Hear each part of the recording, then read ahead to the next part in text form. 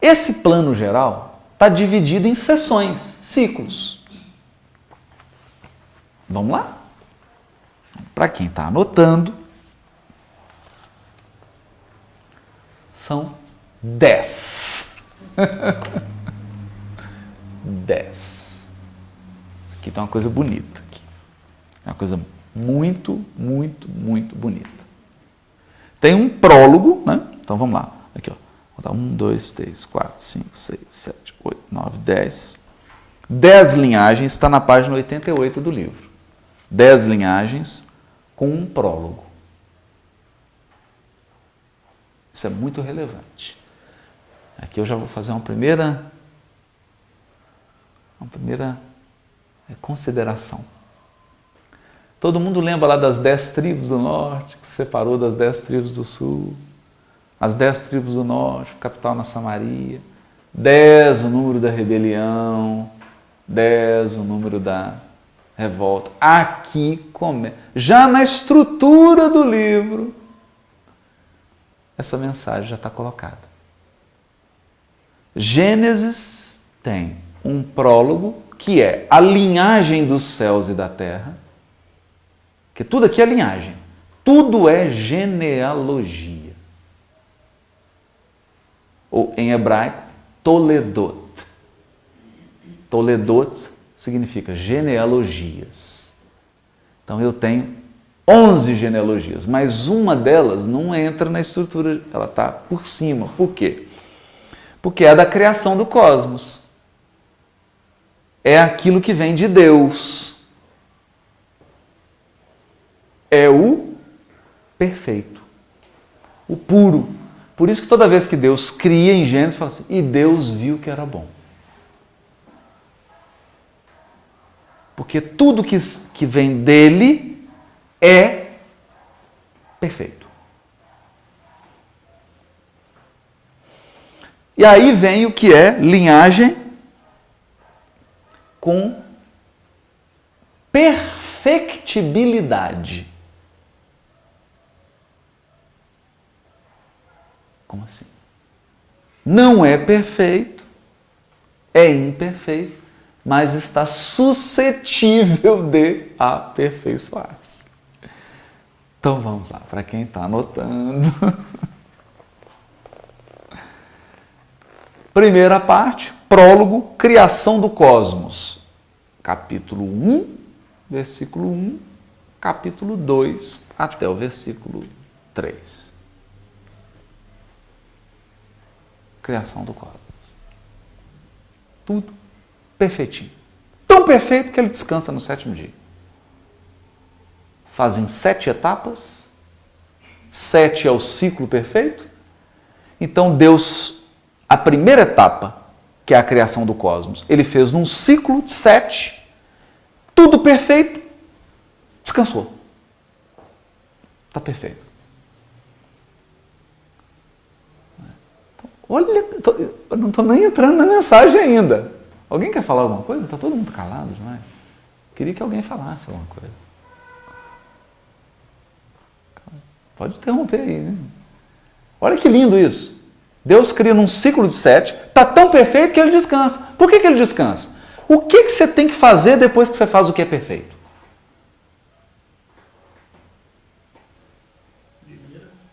Admira, descansa.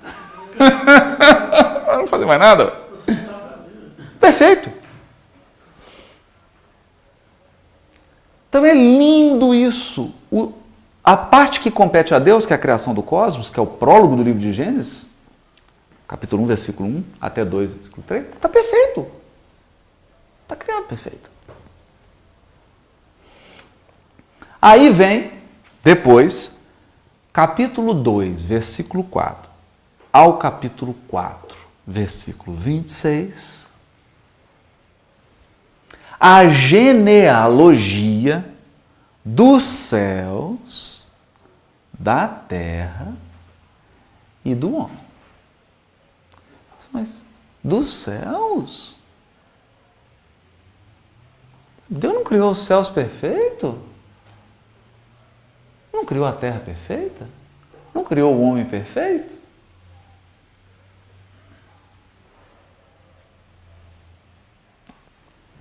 2, versículo 4, até capítulo 4, versículo 26. Essa é a segunda parte da estrutura geral. A segunda seção. Não.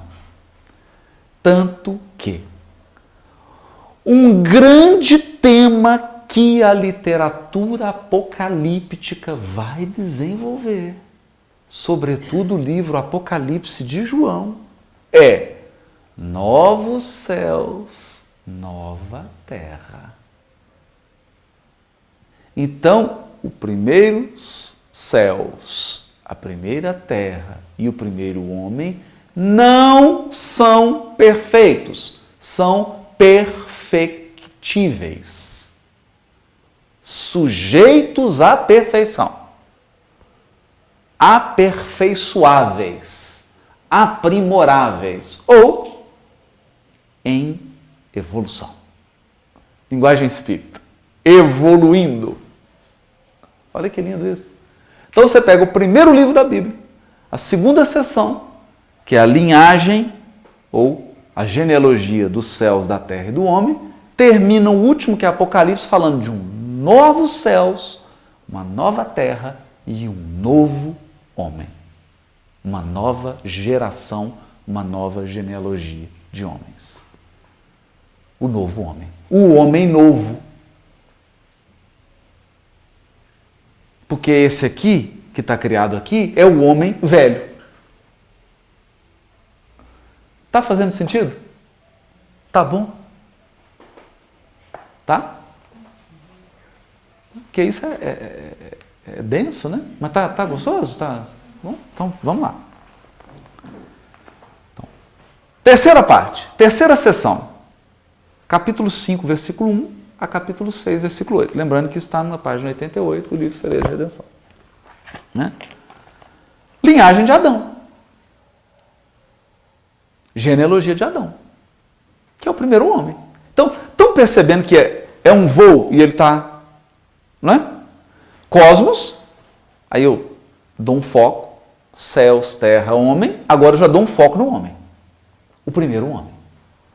O primeiro homem sujeito ao aperfeiçoamento, o primeiro homem que tem um potencial divino, o primeiro homem que tem um potencial de ser imagem e semelhança de Deus, mas ele não é perfeito. Ele é perfectível. É a genealogia de Adão. E aí, adivinha? Depois da genealogia de Adão, tem linhagem de Noé, linhagem dos filhos de Noé, linhagem de Sem, linhagem de Tera, linhagem de Ismael, linhagem de Isaac, linhagem de Esaú, linhagem de Jacó. Que vai de 37,2 a 50,26. Essa estrutura está toda aqui, depois acho que já está disponível, né? No site, não é, Júlia? Essa foi colocada e disponível para olhar. Aí a gente fala, mas peraí, qual que é o critério que foi utilizado para estabelecer essas sessões aqui? Quem que falou que é assim? O próprio texto. Se você for no início de cada sessão dessa aqui, ele vai usar a palavra Toledot, genealogia, e vai começar com a genealogia. E vai citar, só conferir. É o próprio texto que dá essas marcas. São placas. Tipo assim, quilômetro 30, quilômetro 50, quilômetro 100. É o próprio texto. Né? Depois cada um pega em casa a Bíblia, né? Abre, dá uma olhadinha que vai encontrar no texto. É o texto que vai dizer sobre isso. Nós temos uma outra maneira de dividir o texto, que aqui são 10 linhagens, então, 10 Toledotes. Isso é tão importante, antes de eu passar para outra maneira de dividir, eu vou perguntar agora, como é que começa o Evangelho de Mateus? Genealogia de Jesus. Mas é coincidência, não é? Não é? É coincidência. Não tem. Não tem. É coincidência. E ser 14, 14, 14? Não tem. Não é? Se você somar 14, 14, 14, dá o nome da palavra de Davi? em hebraico? Mas isso é coincidência, gente. Para que é isso?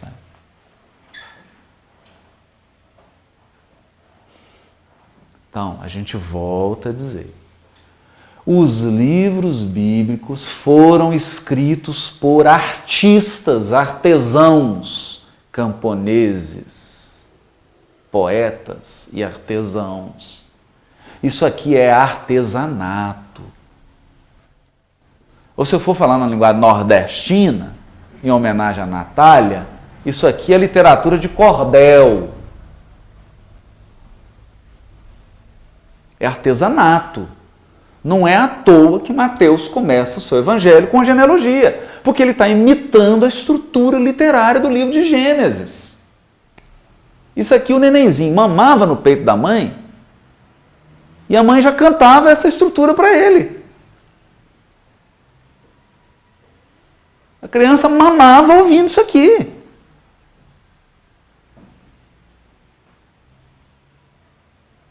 Agora, para a gente é complicado. Você fala, nossa, mas que estudo complicado.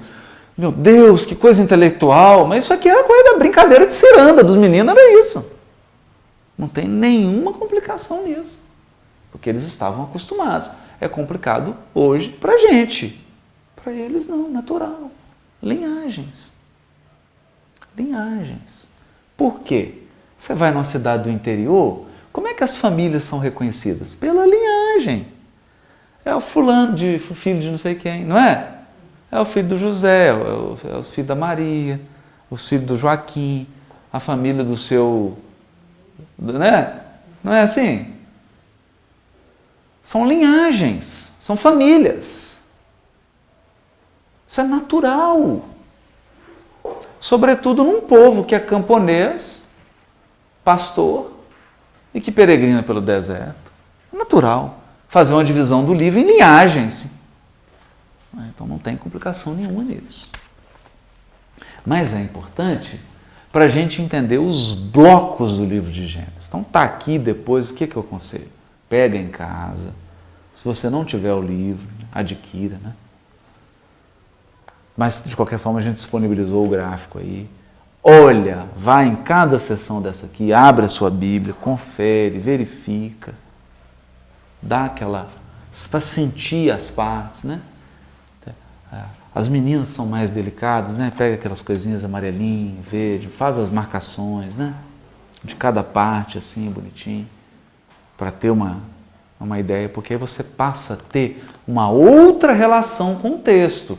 Aquilo que parecia um emaranhado de capítulos, agora vira uma coisa ordenada. Um cosmos. Um cosmos. Essa estrutura está no livro do Bruce Waltke, que está citado aqui na bibliografia, e tem uma outra forma, que é o Hensberg, que divide, aí ele já divide por formato literário interno. É uma coisa mais complicada, eu não vou mencionar isso agora, não tem. Depois, quem quiser ler aqui o capítulo, está explicadinho, mas é uma maneira interessante também. E aí são menos ciclos, ele divide assim. A história primeira, que está num formato de paralelo, de paralelismo. Aí depois vai o ciclo de Abraão, que está numa forma concêntrica. São ciclos que fecham concêntrico. Tem um material de ligação, aí vem o ciclo de Jacó, e um outro material de ligação e o ciclo de José. Então você tem ciclo de Abraão, ciclo de Jacó, ciclo de José. Não é? Isso aqui é importante porque nós vamos ver Deus sendo referido assim. O Deus de Abraão, Isaque e Jacó. O Deus de Abraão, Isaque e Jacó. Então o próprio povo já tinha essa ideia dos grandes ciclos do livro de Gênesis. Abraão, Isaque e Jacó. Os patriarcas. Então já dividiam o livro de Gênesis nesses grandes ciclos. Não é? A história primitiva, que é o Adão e Noé, né? Abraão, seu filho Isaque e Jacó. São grandes ciclos e a gente vê que isso tem realmente uma fundamentação, inclusive literária. Porque a maneira da narrativa, ela muda de forma. Então você pode fazer narrativa paralela Vou dar um exemplo de narrativa paralela. No meio do caminho tinha uma pedra. Tinha uma pedra no meio do caminho. Agora, a narrativa concêntrica é quando você faz uma afirmação geral, aí você repete a mesma afirmação e acrescenta um dado, aí repete a mesma e acrescenta outro dado, aí vai repetindo e vai fechando o ciclo. Cada vez que você repete, você põe um detalhe novo. Isso é chamada narrativa concêntrica. Por exemplo, quem quiser checar, capítulo 8 do Evangelho de João, quando fala, eu sou o pão da vida. Aquilo tem uma narrativa concêntrica. Tanto que a pessoa lê e fala, não, isso aqui é repetitivo. Você está repetindo a mesma coisa? Parece, não está. Está mesmo. É uma espiral. Cada vez que ele repete, acrescenta um dado.